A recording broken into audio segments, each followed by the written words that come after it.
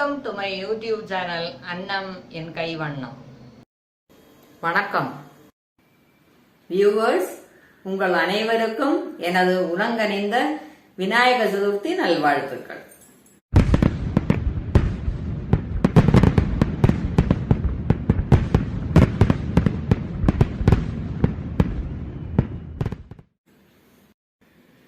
சிவன் அபிஷேக பிரியர், விஷ்ணு அலங்கார பிரியர், அதே மாதிரி விநாயகர் நைவேத்திய பிரியர்.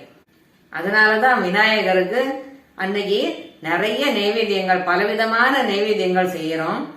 அதுவும் குறிப்பா விநாயக சதுர்த்தி அன்னைக்கு எவ்வளவு நம்ம நைவேத்தியங்கள் செய்யறோமோ அவ்வளவுக்கு அவ்வளவு அவர் மனசு குளிர்ந்து நமக்கு அருள் பாலிப்பார். அருணகிரிநாதர் கூட கைத்தல நிறைகனி அப்பமோட அவல் பொறி அப்படின்னு பாடியிருக்காரு இல்லையா. எல்லா நைவேத்தியத்திலையும் பிள்ளையாருக்கு ரொம்ப பிடிச்சது குழக்கட்டை தான். அந்த குழக்கட்டை பிள்ளையாருக்கு மட்டும் இல்ல, நம்ம எல்லாருக்குமே பிடிக்கும் இல்லையா. அப்படிப்பட்ட குழக்கட்டைய நாம செஞ்சு விநாயக சதுர்த்தி அன்னைக்கு செஞ்சு அவருக்கும் படைச்சிட்டு நம்மளும் சாப்பிட்டு சந்தோஷமா இருக்கலாம். சாதாரணமா நம்ம 3 விதமான குழக்கட்டை செய்வோம். வெள்ளை குழக்கட்டை, எள்ளு குழக்கட்டை, உப்பு குழக்கட்டை. இந்த வீடியோல நம்ம பார்க்க போறது வெள்ளை குழக்கட்டையும் எள்ளு குழக்கட்டையும். அதுக்கு தேவையான பொருட்கள் என்னென்னங்கிறதையும் அதை எப்படி செய்யறதுங்கிறதையும் இப்ப பார்க்கலாம். இதால 1 கப்பு பச்சரிசி எடுத்திருக்கேன். இதை நல்லா கழுவி ஊற விடலாம்.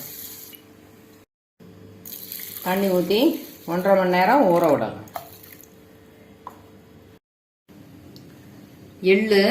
எள்ளு ஒரு 2 ஸ்பூன் எடுத்திருக்கேன். 1 கப்பு ஹீப்டு கப்பு கோகனட் துருவல், தேங்காய் துருவல், நல்லெண்ணெய், இதுல 1/2 கப்பு வெல்லம், ஒரு 1/4 ஸ்பூன் உப்பு எடுத்திருக்கேன். நான் அளவுக்கு இந்த கப்பு தான் எடுத்திருக்கேன். அதுக்கு தகுந்த மாதிரி தான் மீதி சாமான்லாம் எடுத்திருக்கேன். நீங்க எந்த கப்புல எடுக்கிறீங்களோ அதுக்கு தகுந்த மாதிரி மீதி சாமான் எடுத்துக்கலாம். வானாய் அடுப்புல வச்சு இந்த எள்ளு இருக்கு இல்லையா, எள்ளை வெடிக்கிறது வரைக்கும், வெடிக்க தொடங்கும் அது வரைக்கும் லேசா வறுத்துக்கணும். மீடியம் ஃப்ளேம்ல வச்சு வறுத்துக்கோங்க.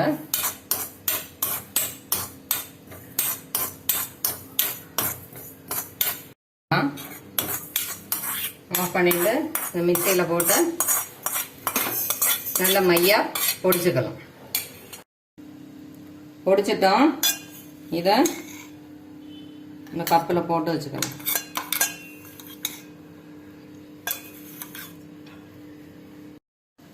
இப்போ வெள்ளை குழக்கட்டைக்கு வெள்ளை பூரணம் பண்ண போறோம். அதுலயே எப்படி எள்ளு பூரணமும் சேர்த்து பண்றதுங்கிறத பார்க்கலாம். வானொலி அடுப்புல வச்சு அடுப்பை பற்ற வச்சுக்கலாம். அடுப்பை சின்னதா வச்சு தண்ணி கொஞ்சமா ஊற்றிக்கலாம். இந்த வெல்லம் இதில் போட்டுடலாம். வெல்லம் கரையட்டும். எல்லாம் கரையட்டும். கரைஞ்சிடுச்சு. இப்போ வடிகட்டிக்கலாம்.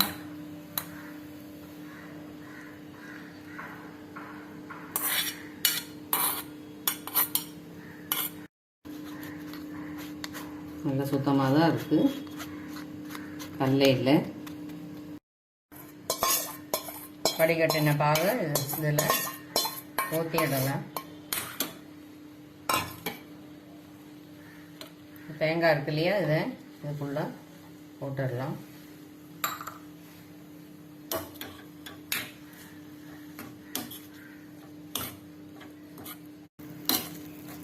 மாதிரி நல்லா கலரி விட்டுடலாம். தண்ணி அடியில் வத்துறது வரைக்கும் கலரணும்.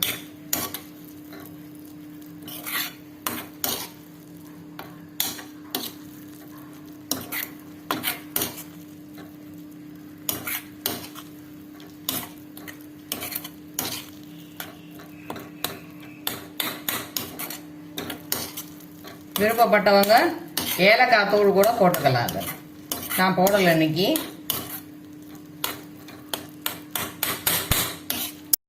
இப்போ அடுப்பை ஆஃப் பண்ணிடலாம். இப்போ இந்த உப்பு வச்சிருக்கோம் இல்லையா, அதில் 1 பிஞ்சு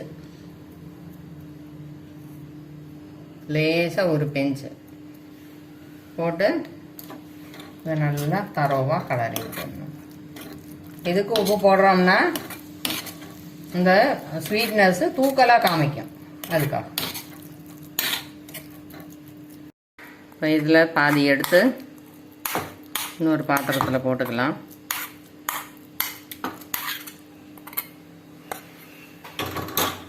இதில் இந்த எள்ளு பொடி வச்சுருக்கோம் இல்லையா, இதில் ஒரு 1/4 ஸ்பூன் இதில் போட்டுடலாம். இதை நல்லா பரவாக கலக்கி வச்சுக்கலாம்.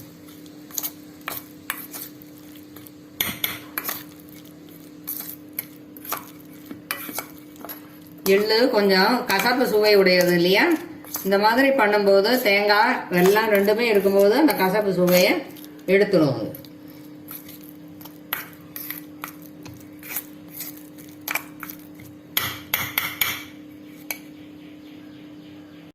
வெல்லம் பூரணம் எள்ளு பூரணம் ரெண்டுமே ரெடி ஆயிடுச்சு. இப்போ இந்த அரிசி ஊறிடுச்சு.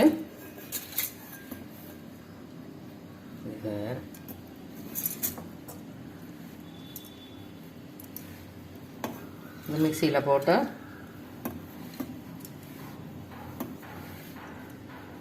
அரைச்சிடலாம்.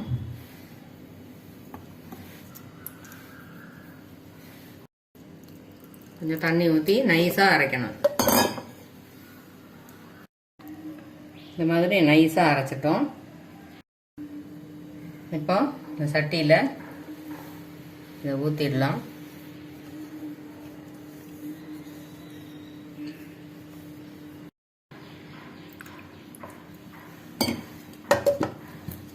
தண்ணியை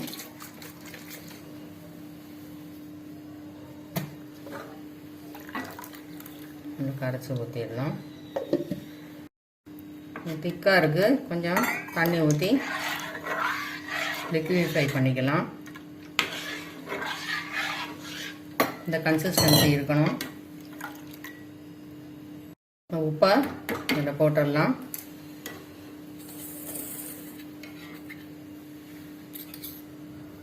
ரெண்டு ஸ்பூன் எண்ணெய் ஊற்றிக்கலாம். அடுப்பை பற்ற வச்சு கை விடாமல் கலரணும்.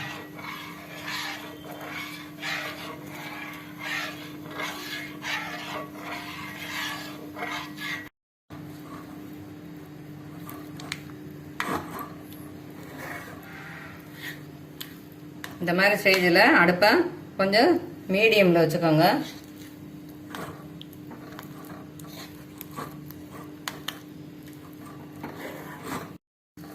ஒட்டாமல் வந்துட்டுருக்கு பாருங்கள். இன்னும் கொஞ்சம் கலரணும்.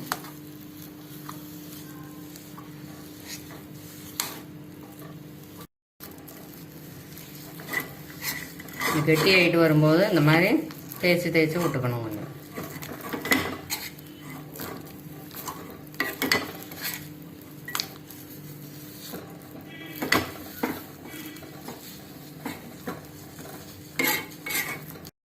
ஒட்டாமல் வந்துடுச்சு. இப்போ அடுப்பை ஆஃப் பண்ணிக்கலாம். இண்டிகேஷன் என்னென்னா, இந்த மாதிரி தண்ணி கையில் நனைச்சிட்டு இந்த மாதிரி இது பண்ணோம்னா கையில் ஒட்டக்கூடாது. இதை இறக்கி கீழே வச்சுக்கலாம். கொஞ்சம் ஆறட்டும், அப்புறம் கொழுக்கட்டை பிடிக்கலாம். இதில்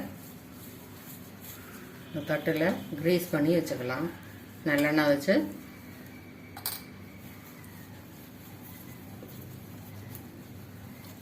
கிரீஸ் பண்ணி இதுக்குள்ளே போட்டு ரெடியாக வச்சுக்கலாம். எண்ணெய் எடுத்து கையில் தடவி விட்டுக்கலாம். கொஞ்சம் மாவு எடுத்து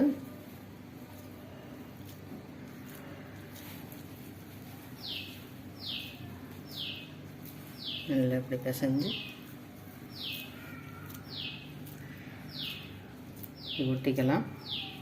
அப்புறம் இப்போ கப்பு செய்ய போகிறோம்.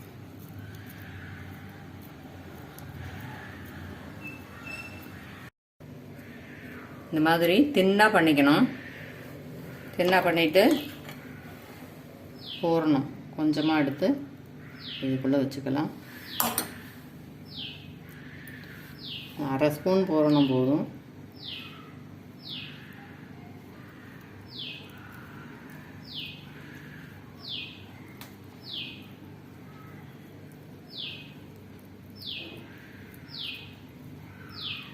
கம்ப்ளீட்டாக மூடிக்கணும்.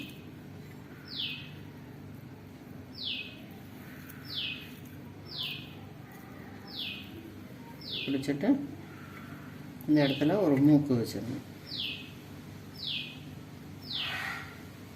மூக்கு வச்சு இந்த மாதிரி எல்லா கொழுக்கட்டையும் பண்ணிக்கணும்.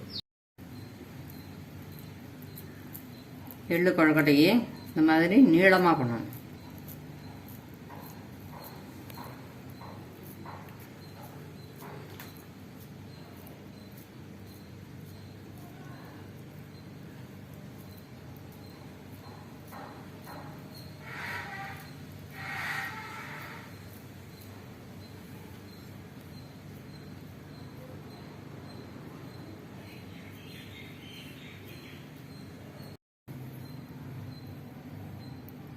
பண்ணிட்டோம். எள்ளு பூரணத்தை இதுக்குள்ளே வச்சிடலாம். வச்சுட்டு இப்படி ஜஸ்ட் க்ளோஸ் பண்ணுங்க.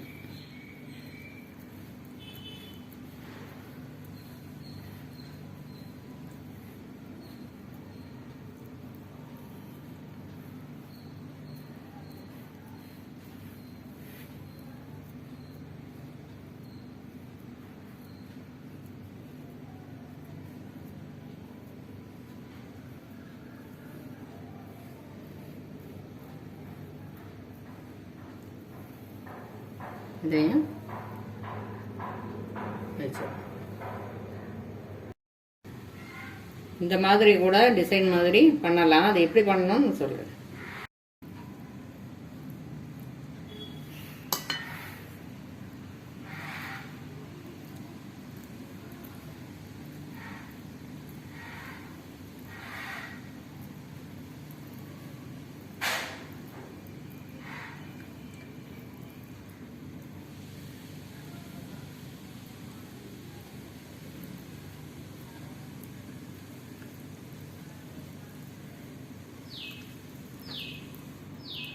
இந்த மாதிரி ஹோல்ஸ் வந்ததுன்னா, பள்ளம் வந்ததுன்னா கொஞ்சம் மாவு எடுத்து மேலே வச்சுக்கணும். அது மாதிரி அட்ஜஸ்ட் பண்ணி பண்ணணும்.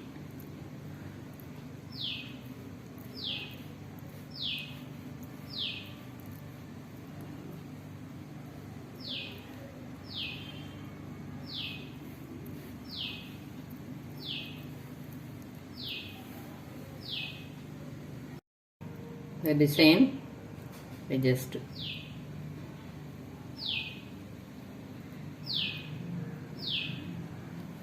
நல்லா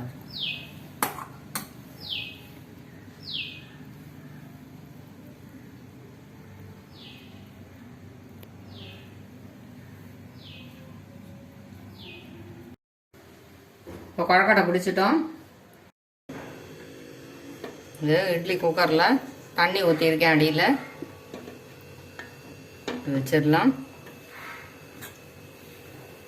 மூடிடலாம்.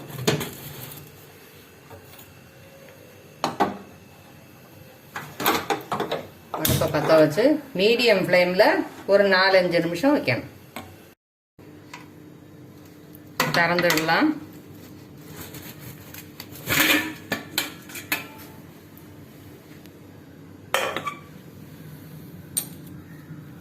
வெளியே எடுத்துடலாம். ஆற விடட்டும்.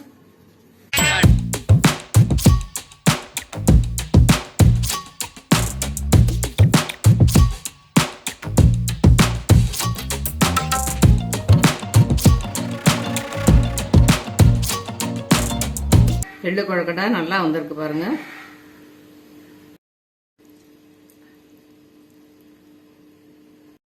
வெள்ளை கொழுக்கட்டையும் நல்லா வந்திருக்கு.